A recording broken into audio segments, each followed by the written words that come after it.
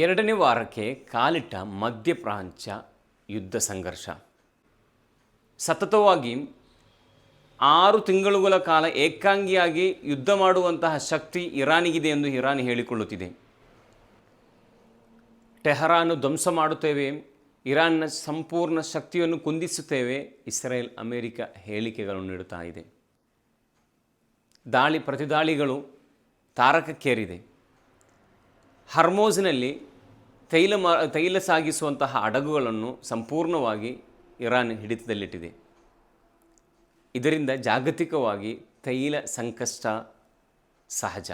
ಅತ್ತ Iran Israel ಯುದ್ಧವಾದರೆ ಭಾರತದಲ್ಲಿ ಮಾಧ್ಯಮಗಳ ಪೈಪೋಟಿ, ನ್ಯೂಸ್ ಚಾನೆಲ್ಗಳ ಪೈಪೋಟಿ. TRPಗೋಸ್ಕರ ನ್ಯೂಸ್ ಚಾನೆಲ್ಗಳು ನಾ ಮುಂದು ಹೇಳಿ ಕಪೋಲಕಲ್ಪಿತ ವರದಿಗಳನ್ನು ಪ್ರಸಾರ ಮಾಡಿ ಜನರನ್ನು ಭಯಭೀತರನ್ನಾಗಿ ಮಾಡುವಂಥದ್ದು. ಇದಕ್ಕೆ ಬ್ರೇಕ್ ಹಾಕುವಂತೆ ಕೇಂದ್ರ ಸರ್ಕಾರ TRPಯನ್ನು ರದ್ದು ಮಾಡಿದೆ. TRP ಅಂದರೆ ಟೆಲಿವಿಷನ್ ರೇಟಿಂಗ್ ಪಾಯಿಂಟ್. ನಮ್ಮ ಚಾನಲನ್ನು ಹೆಚ್ಚು ಮಂದಿ ವೀಕ್ಷಣೆ ಮಾಡುತ್ತಿದ್ದಾರೆ, ಜಾಹೀರಾತುಗಳನ್ನು ಪಡೆಯಲು ಪ್ರಾಫಿಟ್ ಮಾಡಲು ಮಾಡುವಂಥ ಒಂದು ಸ್ಕ್ಯಾಮ್. ಇದೇ ಸ್ಕ್ಯಾಮ್ 2020ರಲ್ಲಿ ಮಾಡಿದಾಗ TRP ರದ್ದು ಮಾಡಿದ್ದು ನಾವು ನೆನಪಿಸಬಹುದು. ಯುದ್ಧ ಸಂಘರ್ಷದ ಬಿಸಿ ಪ್ರತಿಯೊಂದು ಭಾರತೀಯ ಮನೆಗೆ ತಟ್ಟಿದೆ. ಅಡುಗೆ ಅನಿಲ ಬೆಲೆ 60 ರೂಪಾಯಿ ಹೆಚ್ಚಳವಾದರೆ ವಾಣಿಜ್ಯ ಸಿಲಿಂಡರ್ ಬೆಲೆ 115 ರೂಪಾಯಿ ಹೆಚ್ಚಳವಾಗಿದೆ. ಜಾಗತಿಕವಾಗಿ ಯುದ್ಧಗಳು ಸಂಭವಿಸಿದಾಗ ಅದರ ಸಂಕಷ್ಟವನ್ನು ಜಗತ್ತಿನಲ್ಲಿರುವಂತಹ ಪ್ರತಿಯೊಬ್ಬರೂ ಕೂಡ ಅನುಭವಿಸಬೇಕಾಗುವಂಥದ್ದು. ಭಾರತಕ್ಕೆ ಅಮೇರಿಕ ಒಳ್ಳೆಯ ಗೆಳೆಯನಲ್ಲ. ಭಾರತ ನಾವು ಹೇಳಿದಾಗೆ ನಟನೆ ಮಾಡುವಂತಹ ದೇಶ, ನಮ್ಮ ಕೈಗೊಂಬೆ ಎಂದು ಜಾಗತಿಕವಾಗಿ ಭಾರತದ ಪ್ರತಿಷ್ಠತೆಯನ್ನು ಪದೇ ಪದೇ ಅಮೇರಿಕ ಕೆದಕುತ್ತಿದೆ. ಬಹಿರಂಗವಾಗಿ ಹೇಳಿಕೆಗಳನ್ನು ನೀಡುತ್ತಾ ಇದೆ.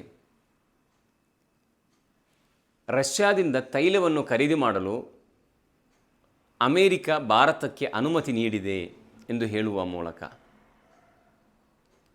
ಭಾರತ ನಮ್ಮ ದೇಶ ಸ್ವತಂತ್ರವಾದಂತಹ ದೇಶ. ಯಾರಿಂದ ನಾವು ತೈಲ ಖರೀದಿಸಬೇಕು ಎಂಬುದು ನಾವು ತೀರ್ಮಾನಿಸಬೇಕಾದ್ದು. ಅದಕ್ಕೆ ಅಮೇರಿಕದ ಅನುಮತಿ ನಮಗೆ ಅಗತ್ಯವಿಲ್ಲ. ಆದರೂ ಅನುಮತಿ ನೀಡಿದರೂ ಕೂಡ ಅದನ್ನು ಬಹಿರಂಗವಾಗಿ ಹೇಳಿಕೆ ನೀಡುವ ಅಗತ್ಯವಿಲ್ಲ. ಒಂದಂತೂ ಭಾರತ ನನ್ನ ಕೈಗೊಂಬೆ ಎಂದು ಜಗತ್ತಿನ ಮುಂದೆ ಒತ್ತಿ ಒತ್ತಿ ಸಾರಿ ಹೇಳುವ ಒಂದು ಪ್ರಸಂಗ ಮಾತ್ರವದು. ಅಮೇರಿಕ ಕಳೆದ 2-3 ತಿಂಗಳ ಹಿಂದೆ ತೆರಿಗೆ ಯುದ್ಧ ನಮ್ಮ ಜೊತೆಗೆ ಮಾಡಿದೆ.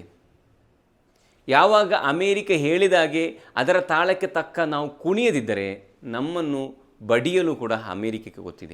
ತೆರಿಗೆಗಳ ಮೂಲಕ ಯುದ್ಧ ಸಾರಿ ನಮಗೆ ತಿಳಿಸಿದೆ.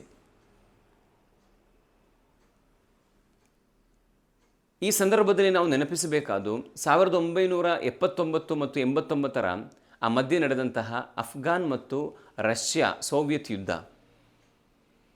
ಅಫ್ಘಾನ್ ಎಂಬ ಸಣ್ಣ ರಾಷ್ಟ್ರ, ಆರ್ಥಿಕವಾಗಿ ಸ್ಥಿರತೆ ಇರದಂತಹ ರಾಷ್ಟ್ರ, ಆ ರಾಷ್ಟ್ರವು ಬಲಿಷ್ಠವಾದ ರಷ್ಯಾವನ್ನು ಸೋಲಿಸಿದಂತಹ ಘಟನೆ.